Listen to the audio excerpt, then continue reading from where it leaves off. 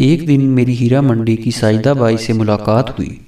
بات کرتے کرتے میں نے پوچھا دھندا کیسا چل رہا ہے، تو اس نے کہا دھندا بہت مندا چل رہا۔ پوچھنے پہ کہنے لگی بس کچھ بوڑھے اور گنے چنے نوجوان آتے ہیں۔ وجہ پوچھی تو کہنے لگی بدبخت ماری جب سے یہ محبت کا رواج چلا ہے نا، اس محبت نے ہمارا بہت نقصان کیا۔ میں چونک کر بولا ساجدہ بائی محبت سے کیا نقصان بھلا؟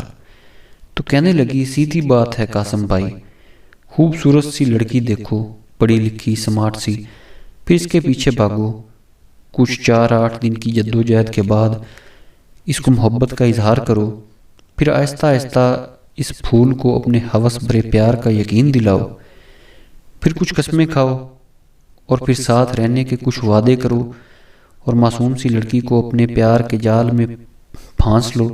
ضرورت پڑنے پہ چھوٹا سا بلیڈ کا کٹ لگا لو، تھوڑا سا خون دکھا دو اسے مزید لڑکی کو محبت کا یقین دلانے کے لیے، اور جب لڑکی کو یقین آ جائے تو پھر اس کو تنہائی میں ملنا شروع ہو جاتا ہے۔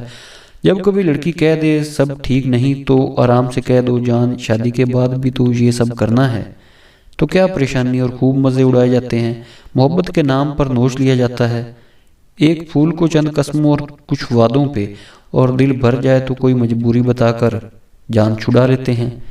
اب قاسم بھائی تم ہی بتاؤ بھلا پھر کیوں کوئی آنے لگا ہیرا منڈی ہمارے پاس؟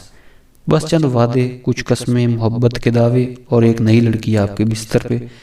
ساجدہ بائی کہہ تو ٹھیک رہی تھی، لیکن میں اس سوچ میں گم ہو گیا کہ کیا سچ میں آج ہمارے معاشرے میں یہ ہو رہا ہے؟ اگر ایسا ہو رہا ہے تو میرے وطن کی بیٹیاں اتنی نادان کیسے؟ کون قصوروار، معصوم سا پھول یا درندہ صفت مرد؟